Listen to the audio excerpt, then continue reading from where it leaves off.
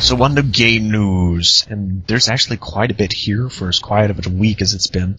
So we'll start off in New Jersey as SAFE, it's an abbreviation, the SAFE Task Force released a report that is calling on the government, at least within its own state, to start demanding more regulations on violent video games. Ironically, most of what they call for is already things that are demanded by the ESRB, which is our ratings board, so it will actually change very little aside from potentially making them actual government offenses. So it's stuff like requiring an adult to purchase any mature adult-rated only games, a recommended ID request for the sale or rentals of games with the same sort of ratings, or for the ratings to be shown clearly, in this case that the seller actually has to point out the game's ratings to buyers. I've seen most of these guys do this anyway. But lastly, the only real different thing that's from one, the only really different thing that's, try one more time. This happens a lot. Get used to me, folks. Take your time. This is why we have to get into the edits. Lastly, the only thing that's really different than what's already been done is that mature-rated games should not be found on government property, like highway rest areas, or potentially libraries, as I understand that a lot of libraries out there actually rent video games. I didn't know this. But laughably, they also want even more stickers to tell the game's rating, because apparently everyone is too stupid to read the big label on the front or the little label on So, the group does go on to say that they do not believe violent games are alone or the cause of our youth's violence problem, and whether the New Jersey government actually puts any of this in place, since most of it already is in place, I don't see a problem with this, but we'll see what happens. And EA, them Electronic Arts folks, have seen more layoffs this week, as MCV India, a mobile developer in said India, saw a good 50 people of their studio out of work, as well as Playfish in the UK, a social game studio behind the Facebook Sims, SimCity, and Pet Society games that will be shut down entirely come June. Plus, a few layoffs in customer service in Ireland. So again, the finger from the bosses are pointing that all of this stuff is related to the transition between console generations to streamline efforts. Do not get that excuse. And speaking of EA, SimCity continues its commercial tie-ins, as now you can buy Crest or Oral-B, you know, the toothpaste stuff, so you will get coupons for either $5 off Origin stuff, in-game cash on the Sims Social games, or SimCity's attraction set, which includes a giant garden gnome, Dolly the dinosaur, Larry the llama, a Maxis Man statue, or the world's largest ball of twine. SimSocial's cash on a game that may be gone in about 2 months? Okay. And this was announced just this morning that on Monday, the 22nd, SimCity will get its first major update to 2.0, which will include a ton of top-requested bug fixes, some colorblind-friendly additions, and the mirrors will now be included in the traffic, whether it's a sports car, a limo, or a helicopter. The bug fix list is way too big for me to mention here, so you can look that up on the EA forums. It's not that hard to find. Oh boy, here we are again. Square Enix, and more specifically Powerhouse developer Tetsuya Nomura, apologized that Final Fantasy Versus 13 has been so long coming with so little news since its announcement way back in 2006. I forgot it was that long ago. Wow, I did too. Yeah. There was even a rumor last year that it had been canceled, but in fact, the second sequel to Final Fantasy 13 that was started long after Versus development, Lightning Returns Final Fantasy 13, looks to see launch in Japan sometime this summer or early fall, while promising a new Final Fantasy game at E3 for the next-gen systems. And that's likely the one that was hinted at in the PlayStation 4 unveiling a couple months ago. And Microsoft proudly announced that it made $6 billion in profits for the first 3 months of the year, up 17% from last year. And while some of it may actually be partly from the less than well-received Windows 8, it appears that a great deal of the profits have actually come from the sales of Xbox 360 alone, as it is released that it sold over 1.3 million units in the last 3 months alone, bumping the total worldwide sales of present systems lifetime to 77.2 million systems. Though it goes without saying just how much of that 77 million is replacement buys because of that horrendous red ring of death fail ratio the old version had. I'm a victim of that one, so at least maybe those two of those boxes are fine. You don't hear too much about system deaths since they went to the slim version, at least. So I don't know if that's a media blackout thing or if it's just gotten better. It seems to be more stable. I have no idea. I know I am not owner of Xbox. I prefer PlayStation PlayStation 3, but this is the eternal console war generation. Yep. And Timegate Studios faces a $7.35 million in damages now that the appeal has failed in their case with South Peak Interactive that started back in 2009 over a breach of contract about their work efforts in regards to the first-person shooter Section 8. Some of you might remember that way back in the day. In addition to the money paid to South Peak also acquires Section 8 itself, so it's now the owner of the franchise. You may remember that Timegate was one of the many companies involved, along with Gearbox and Sega, in making the controversial critical upset that was Aliens Colonial Marines that came out just recently and pretty well bombed. And this week's Kickstarter news, an attempt by dev Team Pixel to use Kickstarter to get funds to grab the auctioned rights to Relic's space real-time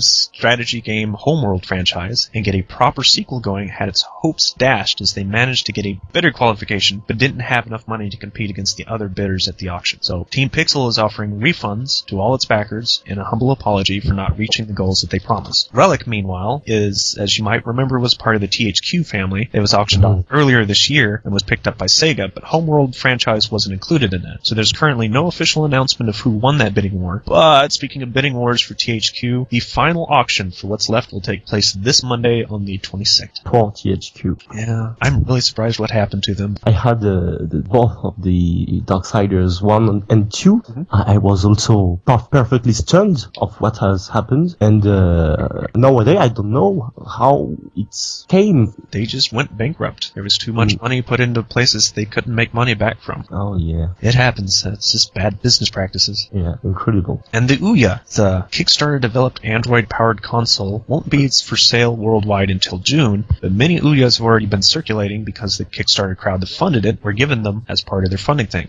And the famed FutureMark group that has put benchmark tests to computers and consoles worldwide did it to the Ouya, and it didn't do so hot. While it's important to keep in mind that the Ouya is an ultra-cheap $99, it ranks 73 out of 257 of the world's most powerful Android devices, outperforming the Nexus 7 tablet behind many of the newer phones that's been released in the last couple of years. So, a League of Legends duel between Mike Wicked Peterson and Paul SOAZ Boyer for a spot on the European team in the League Championship Series All-Star Game this May in Shanghai, China, ended up breaking Twitch TV's record with almost 138,000 viewers at one time watching the event play out. And keep in mind, this is his personal channel, not a championship match. So people ready to believe me that stuff like YouTube and Twitch are going to soon take over what television is. It's happening. It's starting to happen. But they do have a while to catch up, as the sci-fi TV series Defiance had the strongest opening in the channel's history since 2006 at least, with 2.7 million viewers. A high-budget post-apocalyptic series about a city built on the ruins of St. Louis and the politics and the characters within it, over 30 years of alien presence that had caused the Earth's destruction. So you can definitely feel the O'Bannon's hand in it. It has a really heavy Farscape vibe to it, for those who actually remember Farscape.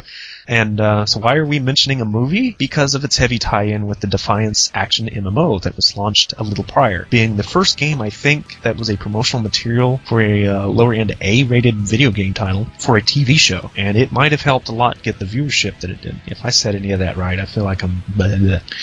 So, Dean Hall, the creator of the online zombie apocalypse mod to Arma, that's the DayZ one, that's working toward a standalone version of the game, is going to take a 2-month vacation while in the process of the game continues without him for a while. So where is he going? He's going to climb Mount Everest, of course. Oh, why not? And after being picked up in a Goodwill store in North Carolina for $8, the super rare copy of Stadium Events for the original Nintendo was put up on the GameGavel.com for a starting bid of $12,000. So any collectors out there looking for one of the most ultimate finds, I hope you have some savings to slay. As the last 2 times a copy was put up to auction, it reached $22,000, and the other one reached $41,000 in recent years on eBay. So talk about a sound investment for that girl that found it for $8. And a truly honest win for women in the game industry. The Girl Scouts are working with Women in Games International to create a merit patch for game development. Not a lot of details are available yet, other than the badge is currently available only to the Los Angeles chapter, but plans to broaden it across the United States, and it involves the Game Master Mechanic, which is a game creation tool you can look for yourself at GameStarMechanic.com. And with most of the major stories out of the way, lots of confirmed and unconfirmed stuff in the works. We're likely to get a new Gran Turismo for the PS3. So many new Nintendo games, like a Zelda Link to the Past sequel, a Yoshi Island game, a Mario Party game on the 3DS, plus some other stuff that I'll mention later. There's also Bravely Default Flying Fairy from the guys behind 3D Dot Heroes. It's confirmed coming to Europe late this year and to North America early in next year. Mickey Mouse's Castle of Illusion HD getting a similar treatment to Capcom's recent DuckTales announcement to make an HD remake of the classic Flashback game. A lot of HD remixes lately. I think something got started there. A new Ace Attorney 5 to launch in Japan come July, so you know that's going to be coming out over here. A sequel to the just released Lego City Undercover. FIFA 14 for PC, PS3, and Xbox 360 is showing up before too long. BlazBlue Chrono Phantasma is coming to the PS3 in Japan with 2 new characters, and localization to the United States is very likely.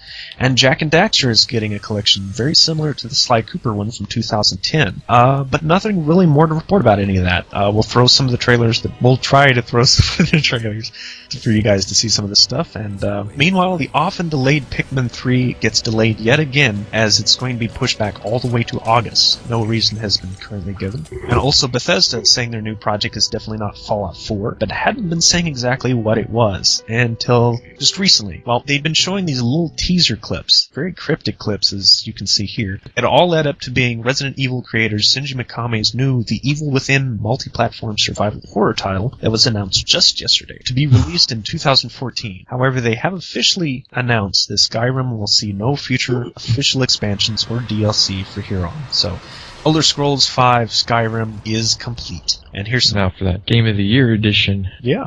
It should happen now, right? Yeah. And here's some of the updates from the week, as Tomb Raider for the PC got a recent patch to help with some of the graphical issues. DC fighting game Injustice Gods Among Us revealed the first DLC character of Lobo. He hasn't been stated when he'll be available or how much. And Diamond Comics has also created 4 different packs of 2 posable posable Injustice figurines that you can pick up at GameStop. Meanwhile, Minecraft has had its first snapshot since the big 1.5 update. And just like it was hinted by the picture on Twitter sometime back, it's all about horses. You can tame them, you can give them saddles, even armor, as well as tether them with a leash. The prototype hay bales are in there. We don't know exactly what their purpose is yet. And carpet has also been added to the roster of new goodies you can...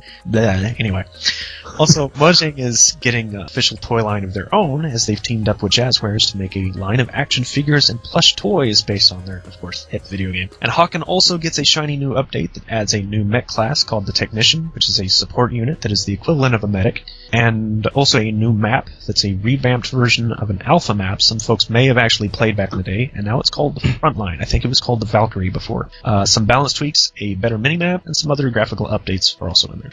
And for our new releases, they're a little sparse, but one notable one is the US Wii U Virtual Console will finally be launching this week, offering a number of classic NES and Super Nintendo titles, with a new announcement that actually blew a few people away, that Earthbound will be getting a launch in North America and Europe later this year. You get fire! Zombie slaying first-person shooter follow-up Dead Island Riptide will be coming out to PC, PS3, and 360 this week. Also, Lego City Undercover: The Chase Begins for the 3DS. Dragon's Dogma: Dark Arisen for the PS3 and Xbox 360. This is technically a re-release of the original Dragon's Dogma from, I think, 2 years ago, and a bunch of new stuff in this one. So a lot of new monsters, a whole new area to explore, lots of new armor, lots of new customization options. So it's kind of like an expansion pack, if you will. Standalone expansion pack. Action RPG Blackrock shooter based on the anime OVA comes to the PSP. Stealth action assassin vampire game Dark comes to PC and 360. And the turn-based strategy Edor Masters of the Broken World comes to PC. All of that's this week. So that is game news and game releases for April 20th, 2013.